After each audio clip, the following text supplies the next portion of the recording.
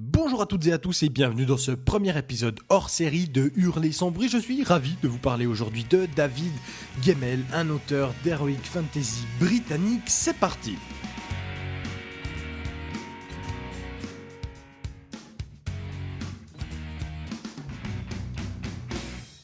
David Gemmell est né le 1er août 1948, il nous a quittés en 2006, on s'en souvient. Il est important de parler un peu de la biographie de David Gemmell. Elle forgera ses personnages, ses aventures, le caractère de ses héros, et elle constitue en bien des aspects l'essence de son œuvre. On écrit par l'esprit, mais on écrit aussi par le corps. Gemmell était un géant, et ce corps qui écrivait l'histoire des géants. Gemmell a été malade très jeune, on lui suspectait un cancer, et c'est ce cancer qui donnera alors naissance à Légende, son premier roman, succès international, et qui va le propulser au sommet très très vite. Légende, c'est une forteresse assaillie par des centaines de milliers d'ennemis, et l'allégorie est aisée, elle est issue de Gemmell lui-même. La forteresse était son corps sans défense, sans force, meurtri, et les assaillants étaient les cellules cancéreuse. Donc, Gemmell était certes un esprit, mais Gemmell était aussi un corps, et il est important de toujours lier l'œuvre de Gemmell à son corps et à sa propre jeunesse qui, on le sent notamment dans ses interviews, une jeunesse qui a été dure, qui a été violente. À l'âge de 16 ans, il est renvoyé de l'école, il devient alors travailleur journalier et videur dans une boîte de nuit de Soho qui était un quartier très dur de Londres à l'époque où Gemmell il grandissait. Il travaillera par ailleurs en tant que journaliste indépendant pour les journaux londoniens, le Daily Mail, le Daily Mirror et le Daily Express, entre autres. David Gemmell, c'est donc un jeune qui a dû se battre physiquement pendant sa jeunesse, et c'est quelqu'un qui a connu la lutte, la boxe, le combat de rue. Vous ne pourrez pas lire un roman de Gemmell sans que cet aspect-là ressorte. Vous trouverez toujours des combats de lutte dans les œuvres de Gemmell. Souvent, les héros de ces univers sont des redoutables combattants à main nue, et on sent là vraiment toute la jeunesse de Gemmell qui s'exprime dans ce genre de scène. Légende donc est édité en 1984, ce sera son premier roman, et David Gemmell sera professionnel dès 86, donc rapidement après la première publication de Légende. Et Gemmell ne cessera de remporter des prix littéraires majeurs qui vont faire de lui le fer de lance de l'heroic fantasy britannique. Et je crois qu'il est important de préciser ce qu'est l'heroic fantasy. Gemmell n'est pas l'un des fondateurs du mouvement, et je dirais que sa renommée est bien moindre qu'un Terry Goodkind, qu'un George Martin ou qu'un Robert Howard, qui sont bien sûr plus populaires que Gemmell. N'empêche que David Gemmell possède une véritable renommée dans le milieu. S'il est peut-être moins connu au sein de la population, il est très populaire en revanche au sein d'une communauté de fans ou de passionnés du genre. Heroic Fantasy donc, si on se tient à la définition que l'on peut trouver sur Wikipédia, qui a pour caractéristique de centrer son intrigue sur un ou deux, voire trois héros principaux, et non pas sur un groupe de personnages comme le fait par exemple la High Fantasy. Fin de citation. On retrouve ici une démarcation très nette avec une autre légende de la fantasy britannique qui est Tolkien, et lui qui aura passé sa vie entière à écrire de la high fantasy. Gemmell donc, qui aura été introduit en France, et je dirais en francophonie, par Alain Névan et Stéphane Marsan des éditions Brajlon. Et je crois qu'on peut dire aussi que l'histoire de cette belle maison d'édition a aussi été rendue possible par Gemmell, par le succès qu'il a rencontré très vite en francophonie. Et Gemmell fait partie clairement de l'histoire de Brajlon. Il a été un auteur phare dès le début en fait de la maison. Il a été le premier grand auteur britannique dans leur catalogue. Alors que Brajlon ne ressemblait en rien à ce qu'elle est aujourd'hui. Lorsque Brajlon était toute petite, lorsqu'il n'y avait pas encore eu Le Seigneur des Anneaux adapté au cinéma, ou en tout cas lorsque la fantasy ne trouvait pas un écho dans la société, ou dans tous les cas n'avait pas l'écho qu'elle peut avoir aujourd'hui. J'espère que Brajlon vivra encore longtemps, et que dans quelques décennies nous pourrons dire que Gemmell fait partie de la légende de Brajlon.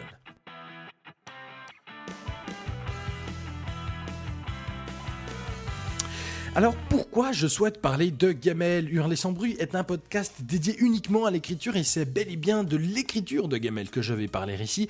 Je vais essayer de mentionner ses tics, ses techniques, et je dirais ses forces et ses faiblesses, et je vais essayer de comprendre comment on peut s'en inspirer. Je crois que Gemmell est l'auteur à imiter lorsqu'on commence à écrire de la fantasy.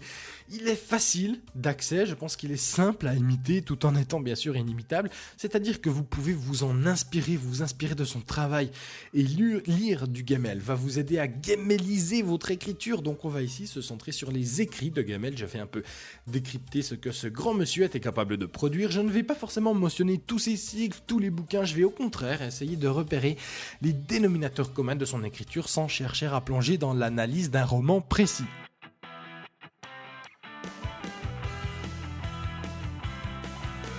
De quoi est composée l'écriture de Gemmel et plus largement, qu'est-ce qui a rendu Gemmel l'auteur qu'il a été? Vaste question, grande interrogation. Je ne sais pas si des chercheurs en littérature de l'imaginaire se sont un jour penchés déjà sur cette question-là. Je n'ai pas fait ici une revue de littérature ou un état de l'art pour voir ce qui a été fait au niveau scientifique, mais je vais essayer de ressortir quelques piliers des structures narratives de David Gemmel. Il y a dans le titre même du roman Légende, je crois, l'essence des romans de Gemmel. Les romans de Gemmel sont bien souvent les récits des légendes, leur genèse. Gemmel a toujours cherché à mettre en œuvre les mécanismes qui permettent aux légendes, aux mythes, d'exister ou en tout cas de devenir.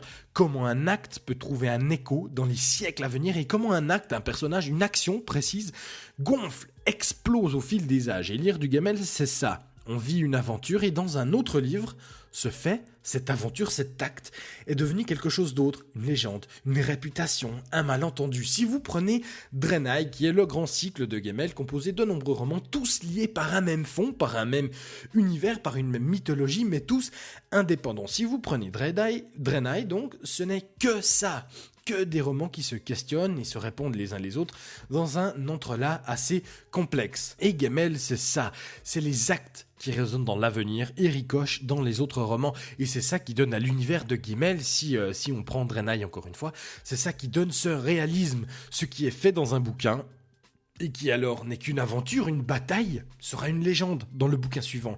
Les protagonistes sont devenus des héros, la réalité a été déformée, les faits sont travestis par les contes, par les marchands qui les colportent, et bientôt le chat devient un lion. Je dirais que Gemmel c'est d'abord ça, et c'est vraiment ça qu'il a su faire mieux que quiconque. Mais qui dit légende dit aussi héritage, et qui dit héritage dit héritier, et parfois l'héritage est un fardeau. Comment les descendants, même lointains, vivent-ils ces héritages historiques? Parfois ils vont les refuser, parfois ils vont aller contre ces héritages, se rebeller ou essayer d'en être à la hauteur. Si vous prenez Bane dans Le Faucon de Minuit, le tome 2 du cycle Rigante, Bane se construit contre Conavar, contre son père, contre le roi démon, celui qui a unifié les peuples face à l'envahisseur. Conavar qui a tué l'ours Conavar, donc son père, celui dont les légendes bruissent dans le peuple. Et le tome 2 de Rigante, c'est l'histoire d'un héritier, alors un héritier rebelle, renié aussi d'une certaine manière, mais c'est l'histoire de cet héritier-là, de l'impact de cet héritage sur son nom, sur toute son existence. Va-t-il se construire à l'ombre du géant? Va-t-il s'en éloigner pour chercher sa propre lumière et créer sa propre légende à son tour? C'est ça Gemmel. Gemmel, en fait, je dirais que c'est un sculpteur du temps. C'est le temps qu'il écrit, c'est le temps, son personnage principal, le temps qui efface, qui gonfle, qui change les choses, qui pervertit les actes, qui permet la rédemption. Et le personnage transversal des œuvres de Gemmel, c'est peut-être bien le temps qui passe. Et là encore, nous tombons sur le second dénominateur commun des œuvres de Gemmel, les héros, vieillissants, ancienne gloire du passé, contraints de mener un dernier combat jugé trop difficile, mais ils se lancent quand même pour combattre l'injustice et pour honorer leur passé, pour honorer l'homme qu'ils ont été, le guerrier bien souvent qu'ils étaient alors. Et c'est vrai que dans les romans de Gemmel, bien souvent, on retrouve la figure du vieillard, mais pas sénile, loin de là, au contraire, le vieillard en forme, mais absolument effrayé par cette idée de vieillir, parce que vieillir, c'est perdre sa force, c'est se battre moins bien. Si on prend à nouveau le cycle Rigante, le personnage de Ruathane notamment, ou même le gladiateur Rage, qui sont âgés et qui ont peur d'avoir perdu de leur superbe, mais qui vont quand même soutenir les jeunes, mettre leur expérience au service d'une cause qui les dépasse, une cause majeure qui permet peut-être de donner un sens à leur vie ou à la fin de leur vie. Donc le temps qui passe et qui sculpte les légendes, mais qui pourrit aussi les corps, qui les affaiblit. Gemmel n'était pas un vieillard, il est mort à l'âge de 58 ans, mais on peut penser qu'il avait peur de vieillir et de perdre ce corps puissant, et que cette peur-là se reflète dans ses personnages. On pense aussi, bien évidemment, à Drus la légende, qui, dressé sur les murs de Drosdelnock, défie le peuple nadir du haut de ses 60 ans. Drus, alors bon, Contrairement peut-être à d'autres personnages, Drus n'a pas vraiment peur de vieillir. Il dit même aimer l'argent qui a poussé sur ses tempes et l'aspect sage que ça lui procure. Mais là encore, on tourne autour de ce thème-là, du temps qui a passé, qui a fait gonfler la légende, à mesure que le corps de la légende s'amenuisait, s'affaiblissait. C'est ça, Gemmel, c'est le récit qui grandit, tandis que se flétrit le corps, deux tendances qui s'éloignent, et le jour arrive où le corps doit être à la hauteur du récit du passé. Gemmel, c'est donc aussi, puisqu'on parlait d'héritage, on parle du temps qui passe et des effets du temps sur l'immatérialité et sur la matérialité. On parlait de la transmission des sages vers les jeunes, des enseignements du passé pour éclairer le présent ou l'avenir, des vieillards qui aident les plus jeunes. Et on retrouve un personnage gemmelien récurrent qui ramasse tous ces concepts, qui les incarne et les cristallise. C'est la figure de la vieille magicienne qui guide les héros. On pense à Vorna, on pense à la Morrigu notamment, il y en a d'autres. Ce sont des figures parfois toxiques, parfois bienveillantes. Il s'agit d'avatars souvent magiques qui interviennent pour aider, pour guider et parfois pour faire du mal. Le prix du conseil doit souvent être payé au prix fort. Mais ces figures interviennent pour ainsi dévier la trajectoire du héros et interviennent parfois en Deus ex machina, malheureusement.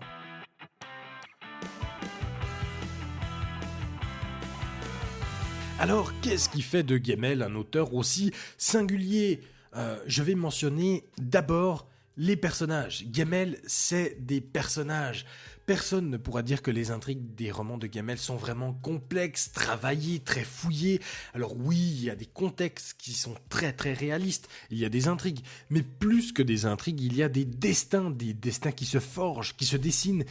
Des destins de personnages d'abord et avant tout qui s'inscrivent, oui, dans des destins plus vastes, dans des mouvements plus grands, à des échelles plus grandes, certes, mais Gemmel écrit d'abord l'histoire de personnages avant d'écrire une méta-histoire ou une intrigue plus grande. Les intrigues plus grandes, les lents mouvements, si on parle de l'oppression d'un peuple ou de l'assaut d'une forteresse, ce n'est qu'un terreau pour que les personnages puissent s'exprimer. Gemmel a inventé des centaines de personnages, des dizaines de héros qui restent en mémoire. On peut penser à Conavar, à Bane, à Drus, à à Waylander, à John Shano.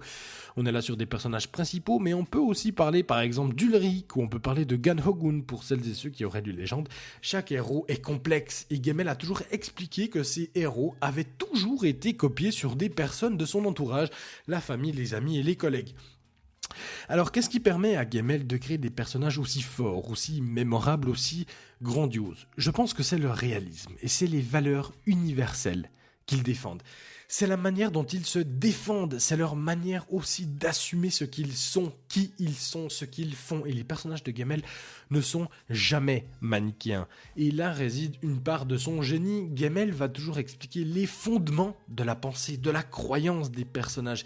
Jamais de bien ou de mal, toujours des intérêts à défendre et des intérêts divergents qui entrent en scène et qui parfois génèrent des guerres ou des massacres. Les personnages gemméliens sont aussi d'un réalisme criant grâce à leurs défauts. On dit qu'en littérature, le diable se cache dans les détails et Gemmel a toujours su créer les petits détails qui faisaient la différence.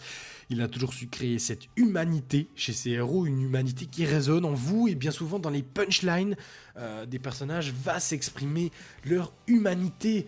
Les héros de Gemmel ne sont pas des anti-héros, ce sont de véritables héros, entourés de quelques amis rares, et c'est ce qui fait tout le sel de l'Heroic Fantasy. Ce n'est pas un hasard si Gemmel est aujourd'hui le roi de l'Heroic Fantasy, c'est justement parce qu'il a toujours réussi à créer des personnages héroïques, réalistes, et dont le sort, dont le destin vous serre les tripes. Pleurer en lisant du Gemmel n'est pas une honte parce qu'il parvient à vous attacher. Il vous lie aux personnages parce que les personnages sont bons, ils défendent leur cause, ils défendent leurs amis, leur famille, leur terre, leurs montagnes. Ou parfois ils défendent des inconnus parce qu'ils défendent des causes d'abord. Et lorsqu'un personnage de Gemmel vous quitte, ce n'est jamais neutre. Vous perdez quelqu'un que vous aimez, que vous aviez suivi, dont vous aviez épousé les valeurs, les défauts. Et le personnage gemmelien est toujours quelqu'un qui va lutter contre ses défauts, qui va avoir conscience de ses défauts, qui parfois ne cherchera pas à les changer, mais qui cherchera juste à les assumer ou à éviter que ces défauts ne fassent trop de mal à son entourage. Alors des personnages, oui, et on est là en plein cœur de ce qui constitue l'Heroic Fantasy tel qu'on l'aime. Mais on peut mentionner aussi des rencontres. Gemmel, c'est l'écrivain qui génère des rencontres sublimes qui vont bourgeonner puis fleurir. Et Gemmel raconte les mécanismes qui poussent un homme ou une femme à changer parce que quelqu'un de nouveau aura jailli dans sa vie. Il compte la manière dont la présence de quelqu'un, un ami, une nouvelle rencontre, comment cette rencontre va modifier la tendance d'une vie, la manière de considérer la vie, comment une rencontre influe sur la suite de nos existences, dont les destins singuliers sont liés de toute façon aux rencontres, qu'on le veuille ou non. J'ai eu l'occasion de dire déjà qu'une intrigue, qu'un récit, c'était bien souvent l'histoire d'un conflit. Mais peut-être avec Gemmel faut-il retourner ça un peu comme on retournerait les doigts d'un gant et considérer que les histoires de Gemmel sont d'abord l'histoire des rencontres. Et rencontrer quelqu'un, c'est parfois se voir pousser des ailes. C'est dans tous les cas avoir de nouveaux devoirs. Un devoir de protection, un devoir de loyauté, de courage. Être seul est bien plus simple que de vivre à plusieurs ou en communauté. La communauté ou les amis, le clan, apporte son lot de devoirs et c'est lorsque l'individu est devant son devoir qu'il se révèle. Parfois il combat, parfois il meurt, parfois il bouscule son destin pour effectuer une tâche issue d'une nouvelle rencontre. Ce n'est pas une déviation du destin, c'est juste deux destins qui se rentrent dedans. Les rencontres dans les romans de Gemmel suivent parfois un schéma. La rencontre sera d'abord conflictuelle, mais elle va changer parce que les personnages se découvrent, se comprennent, vivent des expériences, partagent des choses, partagent des instincts. Et ensuite, ils commencent à se respecter, à se tourner autour. Puis ils s'alignent et ils découvrent qu'ils partagent beaucoup, qu'ils sont différents, mais que cette différence n'empêche rien. Et puis, ce respect mène à l'amitié. Et alors, l'amitié qui naît de ce schéma, qui commence mal, on va dire, cette amitié est maintenant indestructible. Pensez à Waylander ou Daqueiras qui rencontre Dardalion. Pensez à Rek qui rencontre Virae dans Légende. Pensez à Conavar qui rencontre Banouin ou qui rencontre Riamfada dans Rigante. Ce sont toutes des rencontres qui brassent les destins les uns avec les autres, les uns dans les autres.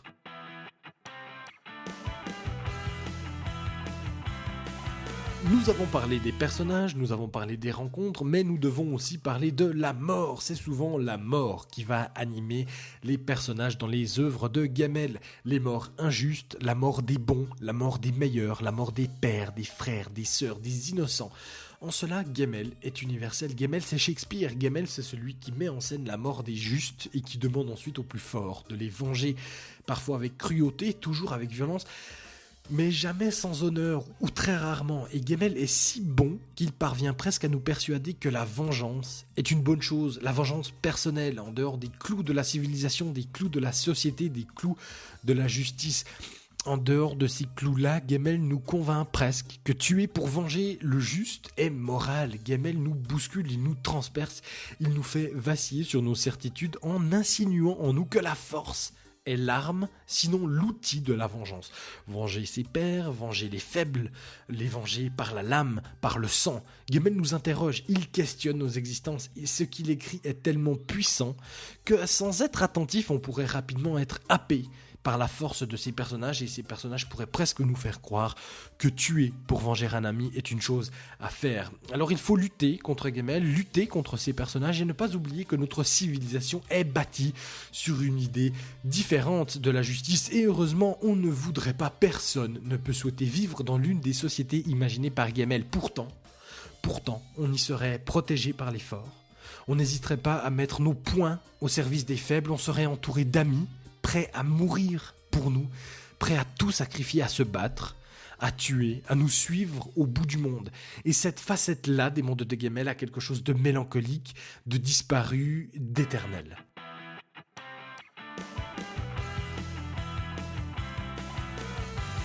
Lire du Gemmel, c'est aussi se confronter à des valeurs qui existent toujours, mais qui tendent à s'effacer. Un jour, Gemmel racontait qu'il avait reçu une lettre d'un lecteur, et que ce lecteur expliquait qu'il venait d'aider une femme qui était en train de se faire agresser dans la rue, et ce lecteur lui avouait qu'il venait de lire Drus la légende.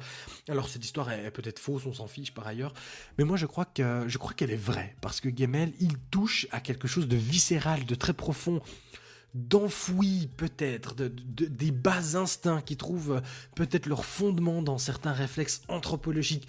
Gemmel, il utilise ces personnages très forts pour véhiculer des valeurs. Alors quelles sont les valeurs défendues par Gemmel ? La liberté, Évidemment, souvent les héros de Gamel vont se battre pour préserver leur liberté ou défendre celle des autres. Ils vont tout faire pour neutraliser les menaces qui pèseraient sur la liberté ou se battre contre l'oppression.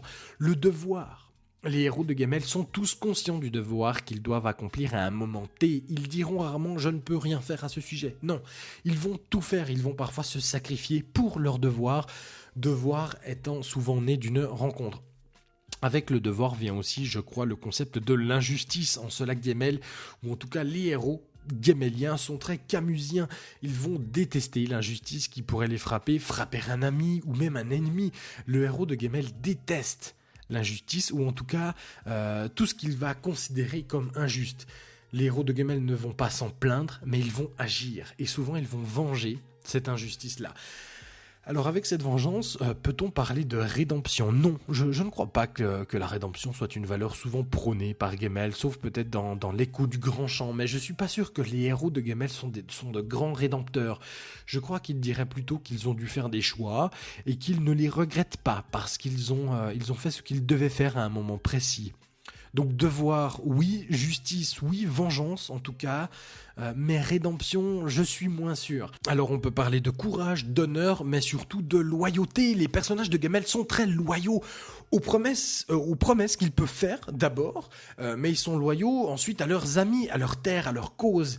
Il y a des traîtres dans les œuvres de Gamel, mais ces traîtres ne perdurent jamais, vraiment. Ce que je veux dire par là, c'est que, comme j'ai pu l'expliquer déjà dans certains épisodes, l'empathie est la clé pour emporter votre lecteur. Et les véhicules de l'empathie sont les personnages. Et avec des personnages aussi forts que ceux de Gamel, c'est un jeu d'enfant pour lui de provoquer cette empathie-là. Donc d'attacher le lecteur au récit. Souvent, les récits de Gamel sont difficiles à quitter parce que vous voulez savoir à quoi va ressembler le destin d'un personnage auquel vous êtes très attaché et avec lequel vous avez l'impression de partager quelque chose de très puissant. Les techniques d'écriture de David Gamel sont somme toute assez simples et encore une fois, Gamel n'est pas un grand écrivain qui va utiliser des ficelles scénaristiques complexes. En revanche, il va donner sa parole à chaque camp. Alors pas de bien ni de mal chez Gamel, jamais, mais il va permettre au lecteur de rentrer dans la tête de chaque protagoniste. Une fois vous êtes à gauche et la page suivante, vous êtes peut-être à droite. Vous comprenez alors les causes défendues par les uns puis par les autres, ce qui permet au lecteur de nouer des liens avec tous les personnages. Et dès que ces personnages-là se rencontrent, se combattent, alors vous êtes, en tant que lecteur, déchiré, votre cœur balance, certainement pour un personnage en particulier ou pour un camp, et c'est bien normal. Mais lorsque deux personnages auxquels vous êtes fortement attachés se battent, se combattent et se veulent du mal, vous vous retrouvez entre le marteau et l'enclume parce que vous connaissez les motivations de chacun, les valeurs défendues par chacun. Et souvent, vous allez partager les valeurs des uns et les valeurs des autres parce que vous pouvez pas toujours dire quelle valeur est meilleure qu'une autre. L'un souhaite offrir des terres à son peuple, tandis que l'autre souhaite, par exemple, défendre sa liberté et préserver son peuple de l'envahisseur. Ok, vous avez choisi votre camp et la structure narrative, le choix du point de vue, fera que vous allez mécaniquement soutenir une cause. Mais c'est pas aussi simple avec Gamel. Je dirais que tous les personnages, ou presque, sont attachants et c'est parce que Gamel ne laisse jamais un camp dans l'ombre. Il va le laisser dans l'ombre quelques pages, il est difficile de concilier tous les points de vue dès le début du roman, mais la lumière est rapidement faite sur le camp adverse. Autre technique, alors celle-là qui est parfaitement maîtrisée par Gamel. Gamel s'est donné une réputation à un personnage avant qu'on le rencontre, il lui donne une aura, il fait en fait une promesse au lecteur par le biais d'autres personnages, par le biais des légendes qui bruissent. Il va donner à un personnage une prestance, un charisme. Il va en fait lui attribuer des caractéristiques, il va déjà positionner un personnage dans l'esprit du lecteur et dans l'esprit des autres personnages avant que l'on rencontre ce fameux personnage. Vient alors le moment tant attendu, là où se libérera cette promesse, la rencontre. Le personnage est déjà présent quelque part, il vit par le regard des autres personnages, il titille déjà la curiosité du lecteur, et enfin, on va le rencontrer. S'ouvrent alors deux chemins. Soit la promesse est tenue, il aura bâti autour du personnage, sa réputation est fondée. Le lecteur est alors hyper excité à l'idée de voir cela en œuvre, de vivre avec ce personnage, de voir si en fait il est à la hauteur de sa réputation et de voir se cristalliser cette réputation. Le lecteur rencontre un personnage auquel il est déjà un peu attaché, auquel il tient déjà. Deuxième chemin, la promesse n'est pas tenue. La réputation est fausse, erronée, trop éloignée du réel, tout est exagéré, il y a 1000 malentendus. Et le lecteur n'en reste pas moins accroché, il veut en effet voir à quoi ressemble le réel. Il cherche à comprendre comment on a pu tailler une réputation à un personnage alors que tout se révèle faux. Là aussi, Gemmell est très bon pour expliquer tout ça, pour remonter le fil des éléments et pour expliquer au lecteur comment naissent les malentendus, d'où viennent les légendes, comment elles s'écartent du réel. Gemmell, pour en revenir à ses techniques d'écriture, Gemmell c'est aussi une excellente gestion de la violence. Elle est rarement injustifiée, souvent elle fait avancer l'intrigue, elle permet au personnage d'exister, de s'affirmer, et c'est souvent par la violence que se règlent les conflits dans les romans de Gemmell. Et là, Gemmell s'est très vite changé de style d'écriture. C'est assez flagrant, et là encore je vous invite à essayer de l'imiter lorsque votre roman, lorsque votre récit rencontre une violence. Gemmell taille ses phrases, il les découpe en petits morceaux, il use et abuse des points. Les phrases sont très courtes, percutantes. Comme au cinéma, une scène de bataille sera bien souvent un patchwork de dizaines ou de centaines de plans très courts, moins d'une seconde, qui vont défiler et donner une impression de vitesse, de bruit, de confusion, de vacarme, de fureur. Et Gemmell abuse de ces plans très courts qui sont des phrases de quelques mots à peine. Et chaque phrase, je dirais, décrit une action très précise. Ça vous donne un peu le vertige, c'est-à-dire que vous êtes plongé dans la bataille, dans le combat, vous êtes un spectateur et vous êtes happé par cette rapidité qui vous empêche de vraiment saisir tout ce qui se passe et vous laisse parfois le souffle coupé. J'ai rarement retrouvé ça. Peut-être chez Cole Buchanan, également édité chez Bragelonne, dans Farlander, là aussi vous trouverez cette technique parfaitement maîtrisée et qui donne aux batailles toute leur dimension sensorielle. C'est ainsi qu'elles peuvent, je pense, s'exprimer au mieux, prendre de l'ampleur. C'est lorsque la forme rejoint le fond. Une bataille, c'est violent, c'est rapide, ça va dans tous les sens. Le style doit s'adapter à cette réalité. Il doit être percutant, rapide, précis, brutal. S'embrassent alors la forme et le fond. Et chez Gemmell, c'est toujours bien foutu et ces scènes-là ne sont jamais ratées. Une faiblesse, pour conclure cet épisode, une faiblesse dans les romans de Gemmell. Parfois, la magie a un rôle, j'en ai déjà parlé, de Deus Ex Machina. Je pense à Légende, par exemple, ou dans Rigante, quand la Morrigu va sauver la naissance d'un enfant à l'aide de sa magie. Parfois, la magie dans les œuvres de Gemmell, parfois elle sert de Deus Ex Machina. Elle permet à Gemmell de s'en sortir dans son scénario et aux personnages de bénéficier de la magie pour atteindre leurs objectifs. C'est éventuellement un reproche qu'on pourrait lui faire.